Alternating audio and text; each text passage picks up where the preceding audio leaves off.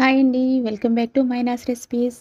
ఈరోజు బీట్రూట్తో ఒక మంచి రెసిపీ చూద్దామండి. ముందుగా బీట్రూట్ క్యారెట్ని ఈ విధంగా చెక్కు తీసి బాగా వాష్ చేసుకుని ఇలా ఇడ్లీ పాత్రలో పెట్టుకుని ఒక 10 నిమిషాలు ఉడికించుకోవాలి. తర్వాత పెసరపప్పు అండి, ఇది అర కప్పు పెసరపప్పుని నేను 2-3 సార్లు బాగా వాష్ చేసి నైట్ అంతా కూడా ఈ విధంగా నానబెట్టేసి ఉంచానండి. మార్నింగ్కి మనకి రెడీ అయిపోతుంది. ఇప్పుడు ఒక మిక్సీ జార్ తీసుకుని మనం నానబెట్టి ఉంచుకున్న ఈ పెసరపప్పుని ఇందులో వేసేసి ఒక అరకప్పు వాటర్ పోసుకుని మెత్తని పేస్ట్ లాగా మిక్సీ పట్టేసుకోవాలి. చాలా మంచి హెల్దీ రెసిపీ అండి, హెల్దీ బ్రేక్ఫాస్ట్. చూడండి, ఈ విధంగా వాటర్ పోసేసుకుని మిక్సీ పట్టేసి ఉంచుకోవాలండి. ఇప్పుడు దీన్ని ఒక బౌల్లో వేసుకోవాలి. మిక్సీ పట్టుకున్న పెసరపప్పుని ఇలా ఒక బౌల్లో వేసేసుకున్న తర్వాత దీనిలోకి ఒక అరకప్పు సుజీ రవ్వ అండి, ఇది మనం ఉప్మా చేసుకుంటాం కదా, ఆ రవ్వని వేసుకోవాలి. తర్వాత దీనిలోకి కొద్దిగా వాటర్ పోసుకోవాలండి. ఇలా వాటర్ పోసుకుని కలుపుకున్న తర్వాత ఇప్పుడు దీనిలోకి కొబ్బరి అండి, ఇది తురిమిన కొబ్బరిని ఒక 3 to 4 స్పూన్స్ వరకు వేసుకోవచ్చు.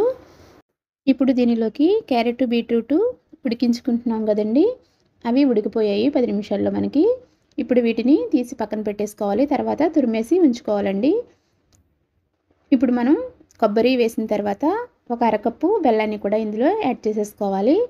తర్వాత చల్లారిన క్యారెట్ బీట్రూట్ తురుము ఉంది కదండి, ఆ రెండు కూడా ఇందులో యాడ్ చేసేసుకుని ఒక్కసారి బాగా కలిపేసుకోవాలి. తర్వాత దీనిలోకి మనం ఇడ్లీ వేసుకునే ముందు కొద్దిగా వంట సోడా కానీ ఈనో కానీ వేసుకోవాలండి. రోజు ఒకే రకం ఇడ్లీ దోశ కాకుండా అప్పుడప్పుడు కొంచెం ఇలా వెజిటబుల్స్ అవి వేసుకుని కొంచెం వెరైటీగా చేసి పెడితే వాళ్ళు కూడా ఇష్టంగా తింటారు. మనం దీనిలోకి బెల్లం యాడ్ చేసి చేస్తున్నాం కాబట్టి ఉదయాన్నే హడావుడి లేకుండా చట్నీ చేసే పని కూడా ఉండదండి, చాలా సింపుల్గా అయిపోతుంది. ఇప్పుడు ముందుగా దోశ వేసుకుందాము. స్టవ్ మీద పాన్ పెట్టుకుని ఆయిల్ రాసి ఉంచుకోవాలండి. ఇప్పుడు దీని మీద దోశలాగా పోసుకుందాము. చూడండి, ఈ విధంగా వేసేసి మూత పెట్టి సిమ్లో వదిలేయాలండి. ఒక 5 నిమిషాలు అలా వదిలేస్తే మనకి దోశ అనేది రెడీ అయిపోతుంది. తర్వాత మిగిలి ఉన్న ఈ పిండిని ఇడ్లీ వేసుకుందామండి.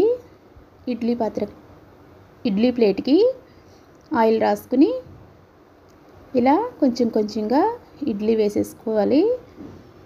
దీన్ని ఒక 5 నిమిషాలు ఇడ్లీ స్టీమర్లో ఉడికించుకుంటే మనకి ఇడ్లీ కూడా రెడీ అయిపోతుందండి. చాలా మంచి రెసిపీ, టేస్టీ రెసిపీ అండి, హెల్దీ రెసిపీ బీట్రూట్తో. ఈ రెసిపీ కూడా మార్నింగ్ బ్రేక్ఫాస్ట్గా కానీ ఈవినింగ్ పిల్లలు స్కూల్ నుంచి వచ్చేప్పుడు కానీ ఇలా దోశలు వేసి ఇస్తే చాలా ఇష్టంగా తింటారండి. పెసరపప్పు కూడా హెల్దీ కదండి. ఈ రెసిపీ కనుక మీకు నచ్చినట్లయితే ప్లీజ్ తప్పకుండా లైక్ చేయండి, షేర్ చేయండి. కొత్తగా మైనాస్ రెసిపీస్ని చూసేవాళ్ళు ప్లీజ్ సబ్స్క్రైబ్ మైనాస్ రెసిపీస్ అండి. Thanks for watching friends.